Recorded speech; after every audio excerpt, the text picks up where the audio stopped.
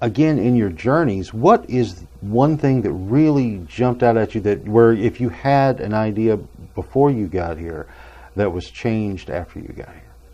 I didn't really have an idea before I got here, to tell you the truth. I just knew it was labeled, you know, the most hateful small town in America. It gave that stigma, and I think that I didn't know what to expect, you know. And I really feel like this town is very much like the town I grew up in near Boston. Small town that was mostly white. It wasn't racist. I didn't feel guilty about being in the white town. It was just the way we grew up. And I feel like the difference between when I got here and when I left is that especially the younger generation at the high school and some of the kids I talked to in the square was so open. And it reflected a generational difference. And so I think that I saw some of the older people maybe have more conservative ideas. And even if the younger generation had conservative ideas, it didn't mean that they were fanatical or radical about them. And they were open and accepting. I think that's what I realized the most. Did any hints of racism pop into your viewfinder?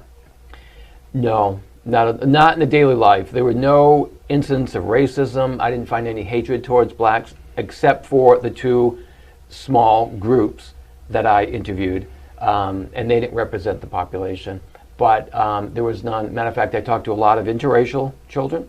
I talked to, so different races, but they never felt threatened by racism either, more importantly, because they live here.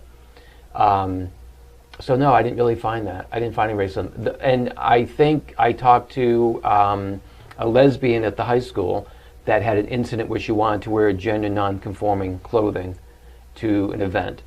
And she said that it's not really about racism in Harrison like most people think. If there's any kind of intolerance, it would be to sexual orientation. Because of being in the Bible Belt and people are so devoted to the Bible and believe in the Bible, I think in the religion and the faith, I think that they have a problem with sexuality, not racism. That's what I found. I found that it wasn't racist at all, and no one felt, even the mixed children didn't find that it was any racial tension at all, but it was more about the sexuality.